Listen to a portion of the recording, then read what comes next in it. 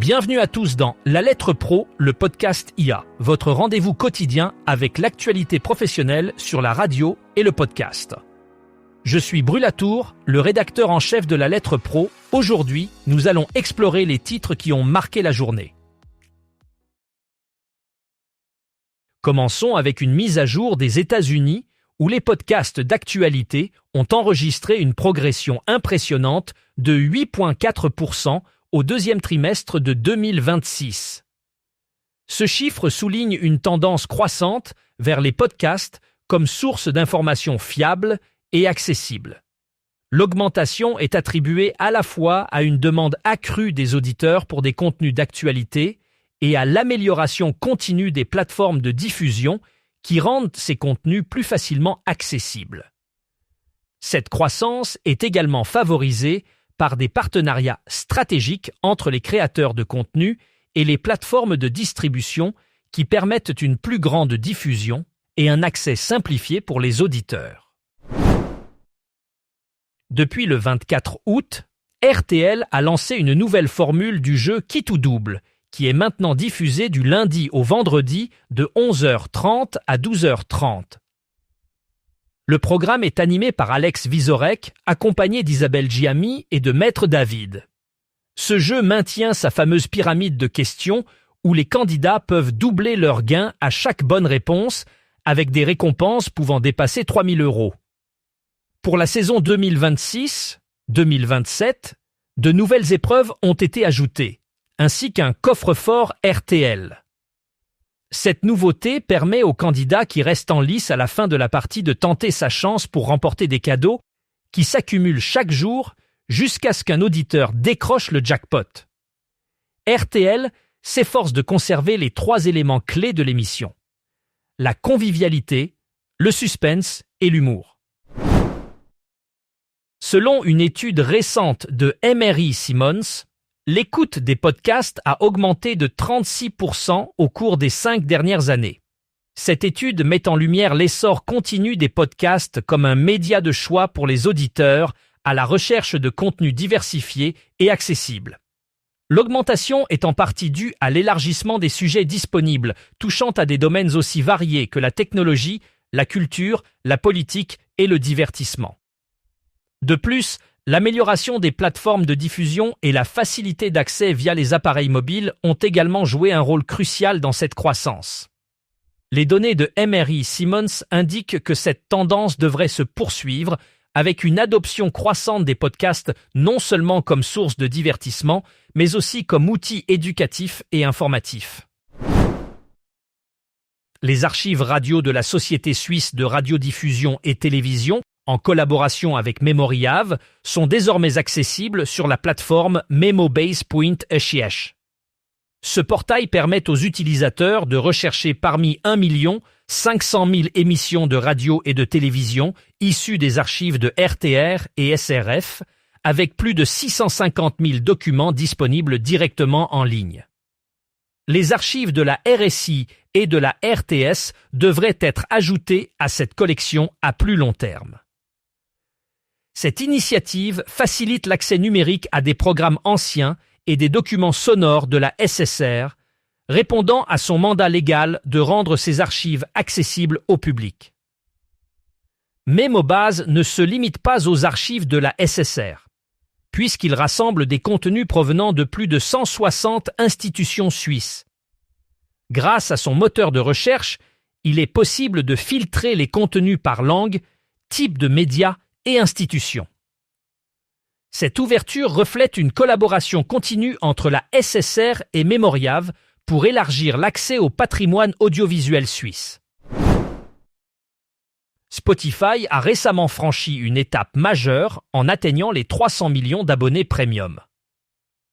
Ce chiffre impressionnant témoigne de la popularité croissante de la plateforme de streaming musical. Avec une offre diversifiée et des fonctionnalités innovantes, Spotify continue de séduire un large public à travers le monde. La plateforme a su s'adapter aux besoins changeants des utilisateurs en proposant des playlists personnalisées, des recommandations basées sur l'intelligence artificielle et une expérience d'écoute sans publicité. En outre, Spotify a renforcé ses partenariats avec des artistes et des créateurs de contenu, élargissant ainsi son catalogue musical et ses offres exclusives. Cette croissance spectaculaire est également alimentée par l'expansion de Spotify dans de nouveaux marchés géographiques, où elle continue d'attirer de nouveaux abonnés grâce à des offres promotionnelles et des collaborations stratégiques. En somme, Spotify consolide sa position de leader dans l'industrie du streaming musical. Le 17 septembre 2026, la Dacha à Lausanne accueillera la 2e édition de Le meilleur du podcast. Cet événement se consacrera à l'écosystème suisse romand du podcast avec des conférences, des échanges professionnels et une remise de prix. 5 catégories seront en compétition: News, True Crime, Business, Sport and Culture et Lifestyle. La journée débutera à 14h avec un mot de bienvenue suivi de plusieurs interventions notables. PPC discutera du futur des podcasts et de l'intelligence artificielle, tandis que Megan Davis d'Acast abordera le thème de l'audience et de la monétisation. La cérémonie de remise des prix commencera à 17h30, distinguant des productions suisses romandes. L'événement se terminera par un apéro dînatoire et un DJ set. Cette édition vise à rassembler producteurs, sponsors, médias, annonceurs et podcasteurs pour célébrer la dynamique du podcast en Suisse romande. Media Research projette une transformation significative du marché audio d'ici 2033. Selon leurs analyses, plusieurs facteurs devraient influencer cette évolution, notamment l'intégration croissante de l'intelligence artificielle dans les plateformes de streaming et la diversification des formats audio. Les nouvelles technologies permettront une personnalisation accrue de l'expérience utilisateur, ce qui pourrait redessiner les contours de l'industrie audio.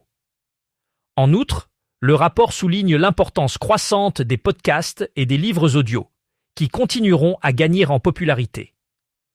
Media anticipe également une compétition accrue entre les géants du streaming et les nouveaux entrants sur le marché, ce qui pourrait engendrer des stratégies d'innovation et de différenciation plus agressives.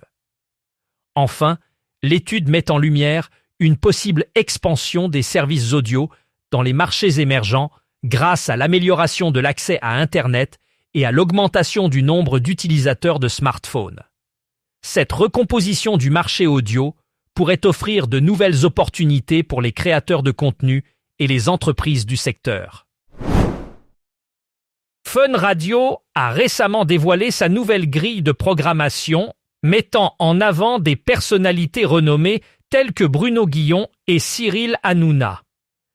Cette nouvelle structure vise à dynamiser l'offre de la station et à attirer un public encore plus large. Bruno Guillon, connu pour son humour et son énergie, animera une tranche matinale qui promet de réveiller les auditeurs avec bonne humeur. Cyril Hanouna, quant à lui, apportera son style unique à la station, assurant un divertissement de qualité. La team et l'after complètent cette nouvelle grille, avec des segments qui s'adressent à un public varié, qu'il s'agisse de musique, de discussions animées ou de divertissement. Cette réorganisation témoigne de l'engagement de Fun Radio à rester compétitif sur le marché en constante évolution de la radio, en s'appuyant sur des figures populaires et des formats innovants pour séduire les auditeurs. Jeff Legrand et Marion Gagnon rejoignent l'équipe de Manu sur Énergie. Ces 2 nouvelles recrues apportent une dynamique rafraîchissante à l'émission matinale populaire. Jeff Legrand, connu pour son humour incisif et sa capacité à engager l'audience, apportera sa touche unique à l'équipe. Marion Gagnon, quant à elle, est reconnue pour son expertise en animation radio et sa passion pour la musique. Leur arrivée coïncide avec une période de renouvellement pour l'émission qui cherche à élargir son audience avec des segments innovants et interactifs. Manu sur Énergie continue de se positionner comme un pilier de la radio matinale en France et l'ajout de Jeff et Marion ne fera qu'enrichir l'expérience des auditeurs. Pour plus de détails sur ce changement excitant, rendez-vous sur notre site lalettre.pro.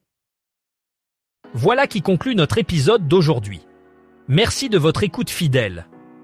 Pour plus de détails sur ces sujets, n'hésitez pas à consulter notre site lalettre.pro et à vous abonner à notre newsletter quotidienne.